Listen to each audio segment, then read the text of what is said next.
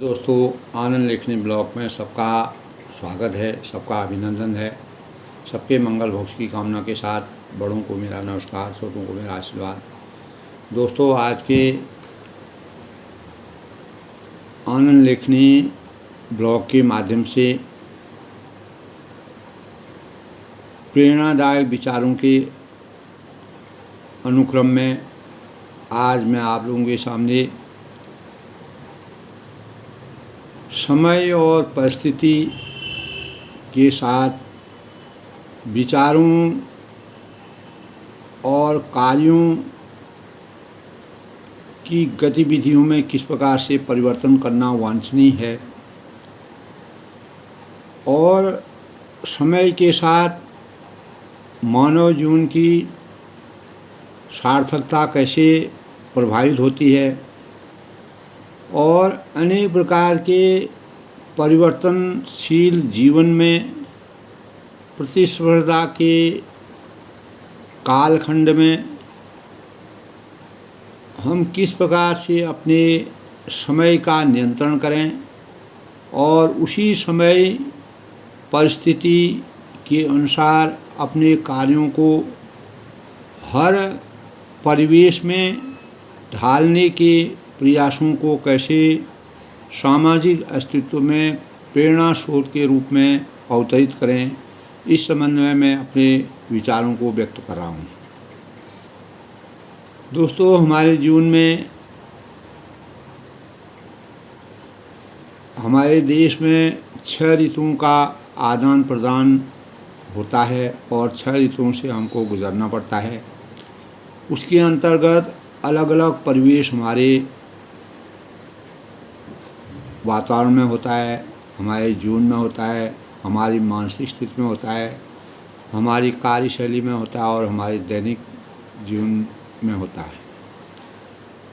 तो दोस्तों, गर्मी है, सर्दी है, सुख है, दुख है, मान है, अपमान है में अंतःकरण की जो वृत्तियाँ समान रहती हैं, ऐसे स्वाधीन आत्मा वाले मानव मात्र के हृदय में हमेशा परमात्मा की शक्ति विराजमान रहती है, जो समय के साथ विचारों में परिवर्तन करने के, समय के साथ अपने जीवन को अवतरित करने के भावों को अपने अंतर्निहित कर लेता है। वह हर परिस्थिति में अपने जीवन को, जिस प्रकार मर्यादा पुरुषोत्तम भगवान राम जी दोस्तों जहाँ एक और समता के विचारों, समता के वातावरण में अयोध्या से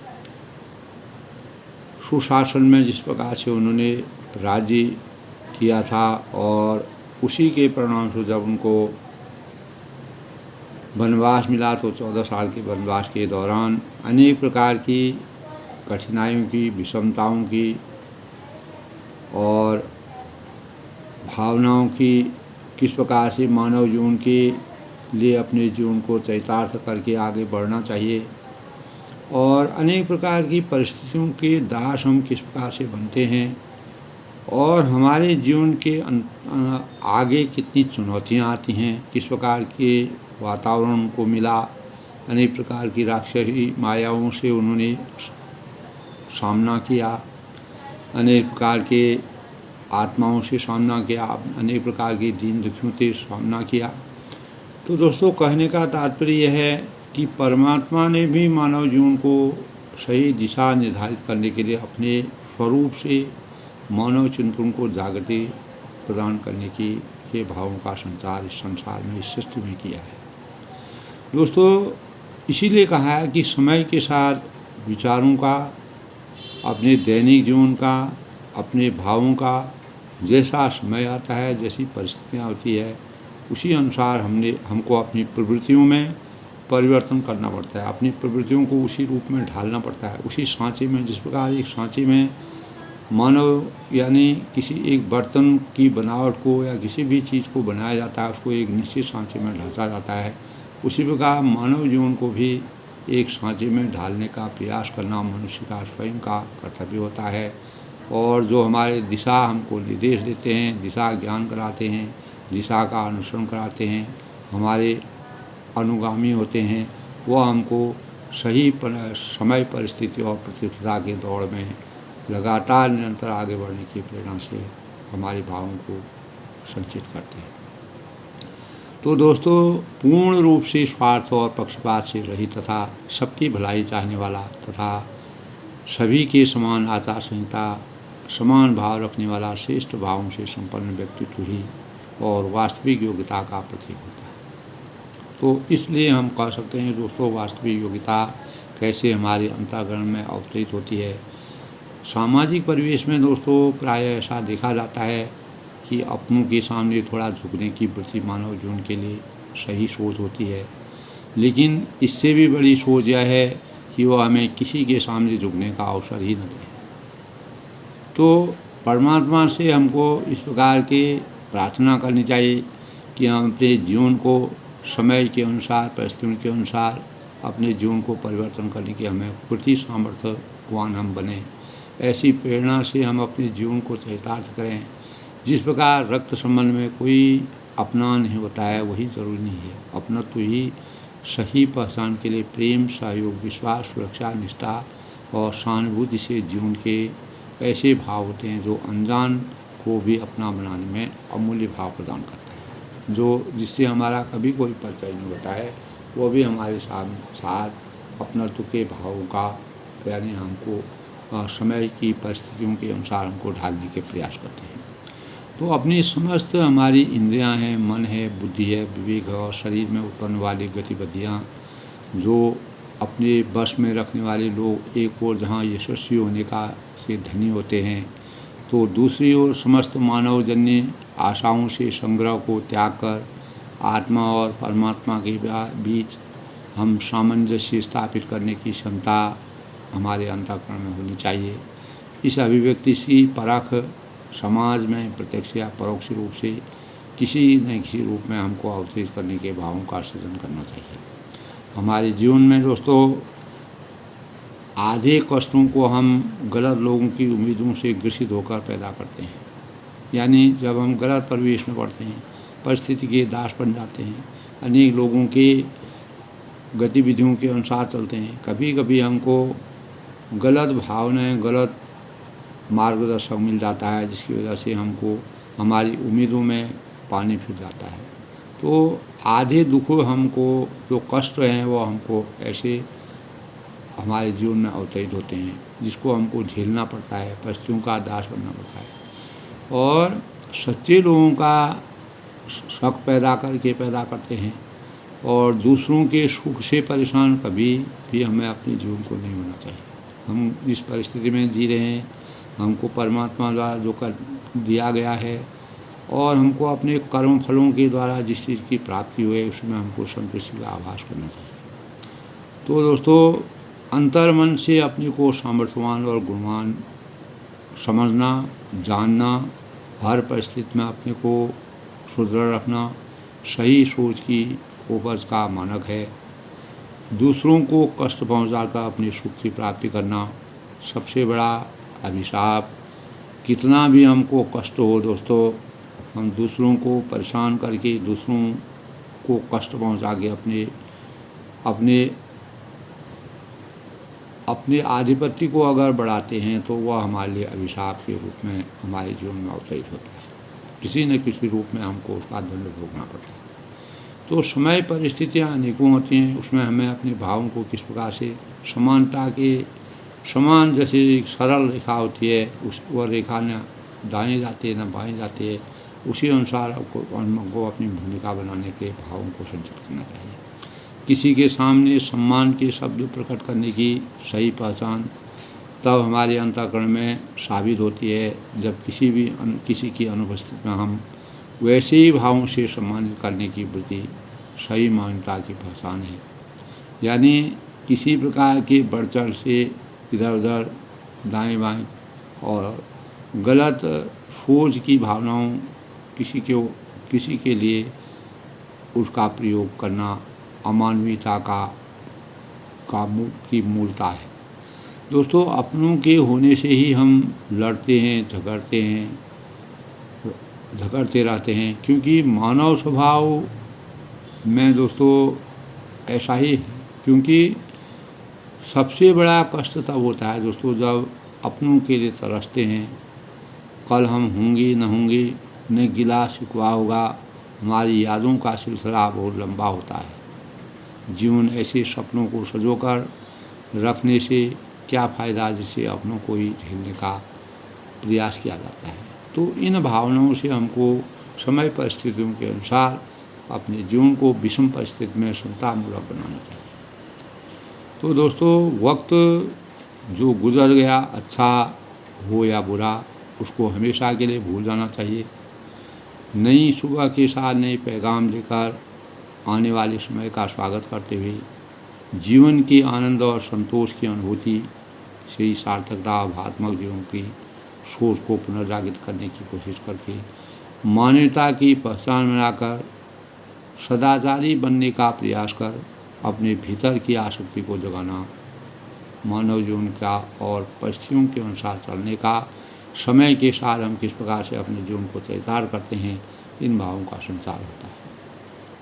इस प्रकार दोस्तों, हमारी आसक्ति सुसज्जित व्यक्तित्व में हमेशा आकर्षण और चमत्कार की विलक्षण प्रतिभा की सूचिता का समावेश निरंतर रहता है।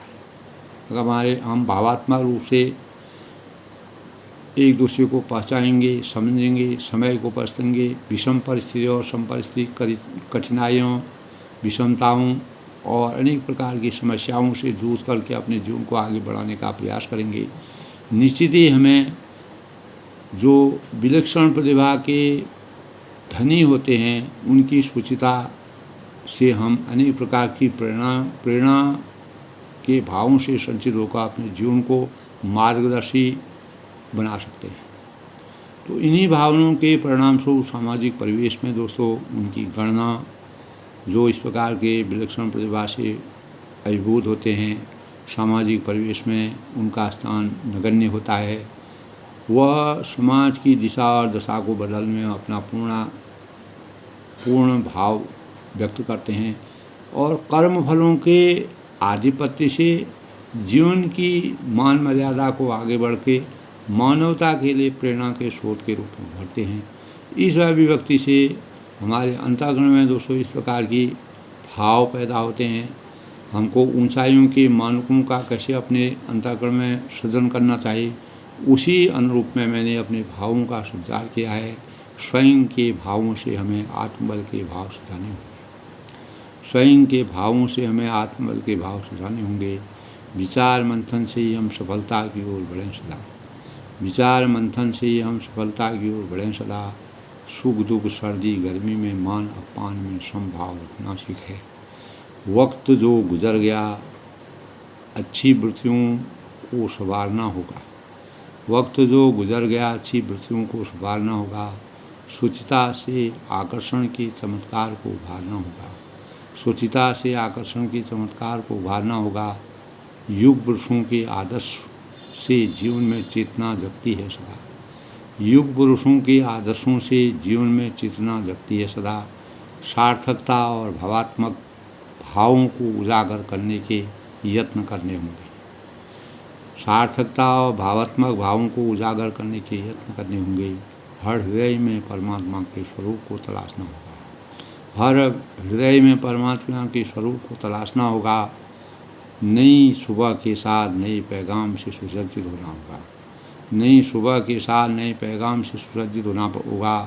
पक्षपात स्वार्थ रहित आचार संहिता में जीवन जीना होगा।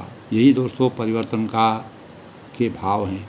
हम किस प्रकार से अपने भावों से, अपने विचारों से, अपने विचार मंथन से सामाजिक परिवर्तन में अनेक प्रकार के सुंदर भावों का सृजन कर सकते हैं। इन भावों को मैंने अपने भावों से, अपने ज्ञान से, अपनी बुद्धि विवेक से संचित करने के भावों को प्रदर्शित किया है। तो मन, वचन और कर्म से मानवीयता का संचार करना होगा। मन, वचन और कर्म से मानवीयता का संचार करना होगा। मन बुद्धि विवेक को सजोकर इंद्रियों को वशीभूत करना होगा। तो इंद्रियों को वशीभूत करने के लिए जब तक हमारे मन में, बुद्धि में, विवेक में आत्मसात ज्ञान नहीं होगा, हमको इंद्रियों को साधने की शक्ति प्रदान नहीं होगी, तब तक हम किसी प्रकार के भी मन, बुद्धि और विवेक का सही इस्तेमाल नहीं कर सकते हैं। हमारी कोशिशों में सदाचार की पहचान के पद चिन्हों का निर्माण करना होगा। प्रत्येक मानव के लिए है दोस्तों, हमारी कोशिशों में सदाचार की पहचान के पद चिन्हों का निर्माण करना होगा। प्रेम, सहयोग, निष्ठा, विश्वास, सहानुभूति जीवन की अमूल्य निधि है। प्रेम, सहयोग, निष्ठा, विश्वास, सहानुभूति जीवन की अमूल्य निधि से इहलोक और परलोक के राहों को प्रशस्त करना होगा। तो दोस्तों, जो हमारे नेक कार्य होते हैं, हम समय के साथ, परिस्थितियों के साथ अपने जीवन को समता विषमता में अपने जीवन को व्यतीत करने का मार्ग प्रशस्त करते हैं, तो हमें इसी लोक में नहीं बल्कि परलोक में भी अनेक प्रकार के सुंदर भावों का जीवन हमको यापन करना पड़ता है, जिसमें हम सुख की अनुभूति करते हैं। दुर्भावों को मिटाकर सद्भावनाओं की ज्योति जलाए हम। दुर्भावनाओं को मिटाकर सद्भावनाओं की ज्योति जलाए हम। परिवार के लिए भी सब जन कुछ समय निकालें। अपने परिवार के लिए भी सब जन कुछ समय निकालें। दायित्व राष्ट्रहित के कल के लिए कभी न टालें। यानी राष्ट्रहित के भावों से, राष्ट्रहित के कार्यों से, राष्ट्रहित के कार्यों को आगे बढ़ाने के लिए हमें किसी भी कार्य को कल के लिए नहीं टालना चाहिए। काल करे सो आज करे, आज करे सो अब, पढ़ने हुएगी बहुत करोगे कब। तो कबीरदास जी ने भी इस प्रकार का वर्णन किया है। तो राष्ट्रहित के जो दायित्व हमारे हैं कि दायित्व राष्ट्रहित के कल के लिए कभी न टालें हम। हर लक्ष्य प्राप्ति का आधार अपना संकल्प बनाए हम हर लक्ष्य प्राप्ति का आधार अपना संकल्प बनाए हम। उत्कृष्टता को भी निज व्यवहार के लक्ष्य समझकर पल भर में ही नहीं प्रकृति से कभी बाधक बने हम। उत्कृष्ट भाव चिंतन ही हमारा धर्म धारणा है। उत्कृष्ट भाव चिंतन ही हमारी धर्म धारणा है। यह शांत भाव होकर हम सबको विचारना है। शांति का पाठ पढ़ के, शांति के स्वभाव, शांति के वातावरण को बना करके हमें सब चीज़ को अपने अंतःकरण में विचारना होगा, परखना होगा। बिखराव दूर करके सबको प्यार से दुलारना होगा। बिखराव दूर करके सबको प्यार से दुलारना होगा। सबको दृढ़ता से राष्ट्रहित के मिशन को संवारना है। सबको दृढ़ता से राष्ट्रहित के मिशन को संवारना है। राष्ट्र के निर्माण और विकास की गति को बढ़ाना है। राष्ट्र के निर्माण और विकास की गति को बढ़ाना है। हमारी सफलता के मानकीकरण का सही सबसे बड़ा आभूषण है सदा। हमारी सफलता के मानकीकरण का यही सबसे बड़ा आभूषण है सदा। यानी हमारे जीवन में हमेशा के लिए इस प्रकार के भावों का संचार होना, इस प्रकार के भावों को अपने जीवन में परिलक्षित करना और सुंदर भावों को सजोकर हर परिस्थिति में अपने जीवन को सार्थकता के उपमानों से बांधकर और एक सुंदर से माला के समान अपने जीवन को पिरोकर, जिस प्रकार एक एक फूल करके माला का सृजन होता है, उसी प्रकार हर एक मानव में समय के साथ विचारों में परिवर्तन करके हम अपने स्वयं के, समाज के, अपने परिवार के, अपने राष्ट्र के गौरव को आगे बढ़ाने में अहम भूमिका अदा कर सकते हैं। हमारे भावी नागरिक अगर शुरू से ही अपने विचार मंथन में इस प्रकार की शैक्षणिक भावों से अभिभूषित होंगे तो समय के साथ अपने विचारों में परिवर्तन करेंगे। प्रतिस्पर्धा के दौड़ में कैसे हमें अपने को सुसंगठित बनाना है, अपने विचारों को सुदृढ़ करना है, अपने को मजबूती प्रदान करनी है और सही मार्ग का कैसे अनुसरण करना है, हमें अपने संस्कारों की मर्यादा का कैसे अनुपालन करना है, अपने से बड़ों, अपने गुरुओं, अपने माता पिता, अपने से बड़ों और सामाजिक परिवेश में जो भी सुंदर, जो सबसे बड़े मानक होते हैं, जिनसे हमको अनेक प्रकार के प्रेरणा प्राप्त होती है, उनके भावों को अपने अंतःकरण में संजोने के प्रयास करने चाहिए। उनकी जीवनी का गुणगान करना चाहिए, उनके भावों का अनुकरण करना चाहिए। उनके अनुसार बनने के लिए अपने जीवन में अनेक प्रकार के इस प्रकार के भावों को हमको सृजित करके जीवन के सुदृढ़ जीवन के निर्माण के लिए हर हालत में प्रतिबद्ध कटिबद्ध होकर के कार्यों को संपादित करना चाहिए।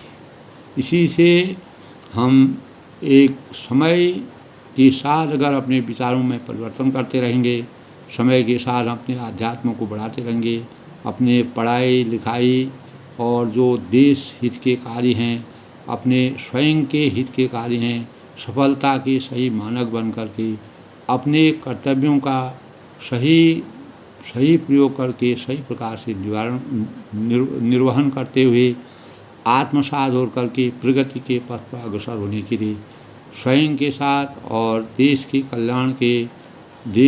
कल्याण के लिए अनेकों प्रकार के नए कार्य कुशलता को हासिल कर सकते हैं। यही दोस्तों आज के जो युवा हैं, हमारे देश की शक्ति हैं, और वही इस कार्य को सामर्थ्य देने में, इस कार्य को आगे बढ़ाने में, समय के साथ अपने विचारों के मंथन करने पर, समय के साथ प्रतिस्पर्धा के दौड़ में आगे निकलकर अनेक देशों के मानकीकरण में भारत के शौर्य को आगे बढ़ाने में सक्षम हो सकते हैं। अगर हम समय के साथ विचारों में परिवर्तन करते रहें, अपने जीवन को नई प्रेरणाओं से अभिभूत करते रहेंगे, तो प्रेरणा स्रोत अगर हमारे जीवन में अवतरित होंगे, हम अनेक प्रकार के सुंदर भावों का सृजन करेंगे, जिससे हमारा जीवन गतिमान होगा और अनेक प्रकार की ऊर्जा का संचार होगा और हमारा जीवन हमेशा सकारात्मक दिशा का अनुयायी होगा। वही सकारात्मक दिशा हमें जीवन को सफल बनाने में, शुचिता लाने में और हमारे जीवन को चरितार्थ करने में, सफलता की सीढ़ी तक पहुंचाने के लिए, लक्ष्यों की प्राप्ति के लिए सबसे बड़े मानक के रूप में अवतरित होंगे। आज के प्रसंग में दोस्तों अपनी वाणी को विराम देते हुए सबके मंगल भविष्य की कामना के साथ प्रेरणा स्रोत के रूप में मैं सभी से यही अपेक्षा करता हूँ कि समय के साथ विचारों के परिवर्तन में हमें किस प्रकार सुधार करना चाहिए, अपने जीवन को निरंतर आगे बढ़ना चाहिए। इसके लिए मन, वचन और कर्म से अपने को हमेशा प्रतिबद्ध रखना चाहिए, संकल्पित रहना चाहिए और अपने को मजबूती के पायदान पर खड़ा करने का प्रयास करना चाहिए। सब लोग सुखी रहें, प्रसन्न रहें।